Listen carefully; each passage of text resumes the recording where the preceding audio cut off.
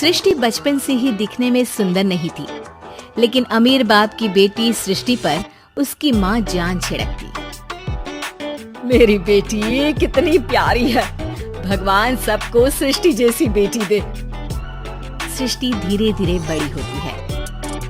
एक दिन सृष्टि की सहेली कहती है, तू दिखने में कितनी अजीब सी है, लेकिन मैं जानती हूँ हम सब में सबसे अच्छी शादी तो तेरी ही होगी। तेरे पापा अमीर जो हैं, और बता नहीं सकते यार, दहेज तो हर कोई देता है, ये क्या ज्यादा ले जाएगी अपने पति के लिए? अरे बड़े शहर में कोठी है इसके पापा की। अरे पापा की है ना, कौन सी इसकी है? इसकी होती तब तो कोई भी लड़का इससे शादी कर लेता। अरे पापा की मतलब पापा की है तो मेरी ही है ना? किसने कहा? अब तेरी तो तब होगी ना जब तेरा भाई ना हो। वैसे भी शादी के बाद सारी प्रॉपर्टी भाई के नाम होती है। सृष्टि समझ जाती है कि उसे किसी भी हालत में माँ बाप की सारी प्रॉपर्टी को अपने नाम करना है, लेकिन कैसे? एक दिन सृष्टि का भाई शीनू कहता है, बहन क्या कर रही है? तुझसे एक बात करनी है। अरे हाँ करना, मैं तो तेरी बहन हूँ। बहन मेरी लाइफ में ना एक लड़की है, बहुत अच्छी है। मैं सोच रहा हूँ माँ और पापा से बात करूँ शादी के लिए। सृष्टि को समझ में आ जाता है कि भाई की शादी होते ही भाभी उसे एक दिन भी घर में बर्दाश्त नहीं करेगी। क्या बात है भाई, बताना कौन है वो? यार वो बहुत अच्छी लड़की है, पढ़ी लिखी है, मेरे साथ जॉब भी करती है। बस एक प्रॉब्लम है। हाँ प्रॉब्लम? क्या प्रॉब्लम है भाई? यार वो शादीशुदा है, लेकिन उसके पति ने उसे सिर्फ इसलिए छोड़ दिया क्योंकि उसके माँ बाप दहेज नहीं दे पाए। सृष्टि ये सुनकर न जाने क्यों खुश हो जाती है। अरे भाई तो क्या हुआ, लड़की तुझे तो पसंद है ना? शीनू को लगता है कि बहन उसे समझ रही है। वो इस बात से अनजान होता है कि उसकी बहन की मंशा पूरा घर हड़पने की है। सृष्टि अपनी माँ से कहती है, मम्मी मुझे तो बहुत चिंता है, पता है शीनू क्या कर रहा है? अरे क्या कर रहा है? वो तो काम पर जाता है और वापस घर आता है। नहीं ना माँ, वो यही तो नहीं कर रहा, बाकी सब कर रहा है। आपको पता है उससे प्यार है, और वो भी एक शादीशुदा लड़की से। ये क्या हो गया? मैं सोसाइटी में क्या मुंह दिखाऊंगी? अरे तेरे पापा तो यही कहेंगे कि मैंने ही उसे बिगाड़ दिया है। माँ देखो, मेरी बात मानो, पापा पर भी विश्वास करने की जरूरत नहीं है। अब आप ही बताओ, पापा इतनी देर घर के बाहर रहते हैं क्यों? बोलो। बेटा वो तो नौकरी करते हैं ना। तू बहुत भोली है माँ, पापा का ऑफिस तो 7 बजे खत्म हो जाता है, लेकिन देखो कितनी देर से आते हैं। अरे नहीं बेटा, ऐसी कोई बात नहीं है। सृष्टि माँ को एक औरत से बात करते पिता की फोटो दिखाती है। देखो माँ कैसे हैं पापा, मैं ना कहती थी कि पापा सही नहीं है। मैं तेरे पापा से बात करूंगी, दे फोटो मुझे। ओ माँ वो तो डिलीट हो गई।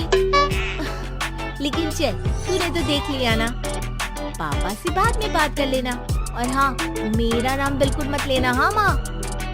अब क्या था, सृष्टि के माँ और पिता के बीच झगड़ा होना शुरू हो जाता है। सृष्टि के मन में क्या चल रहा था कोई नहीं जानता था।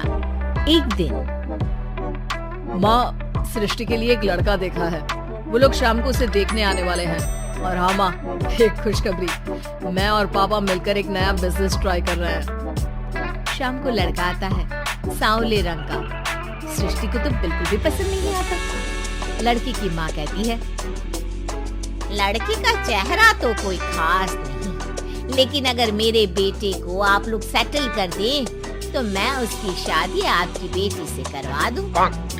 सृष्टि को लड़का बिल्कुल पसंद नहीं था। उसे भाई पर गुस्सा आ जाता है। लड़के वालों के जाने की बात कहती है, माँ देखा शीनू मेरे लिए कैसा लड़का लेकर आया, न दिखाने लायक न सुनने लायक, सेटल भी नहीं, वो भी हम करें। अरे माँ मैं जानती हूँ ये मेरी शादी किसी भी घर में क्यों करवाना चाहता है? अरे कैसी बात कर रही है बहन?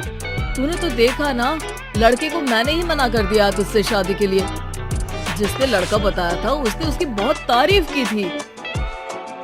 बात आई गई हो जाती है, लेकिन सृष्टि का मन शांत नहीं होता।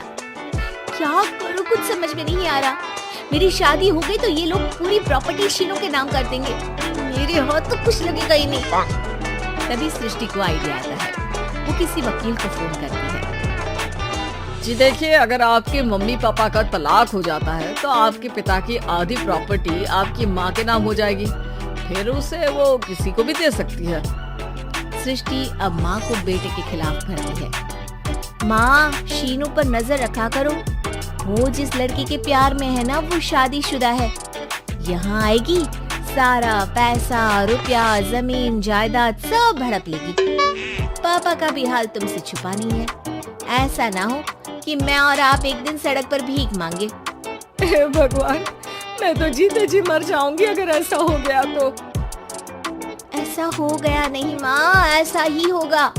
अभी समय है, आगे का सोच लो। मैं तो कहती हूँ पापा से आधी प्रॉपर्टी लेकर अलग हो जाओ। पापा की आधी प्रॉपर्टी भी हम लोगों को अगर मिल जाती है ना, तो अगले 7 जन्म सफल समझो। बेचारी माँ बेटी के कहने पर पति से तलाक लेकर अलग हो जाती है। सृष्टि अब पैसों से गाड़ी और अपने दूसरे महंगे शौक पूरे करने लगी। उसके दोस्त भी उसके पैसे इस्तेमाल करते। सृष्टि, कल तुम कहाँ थी?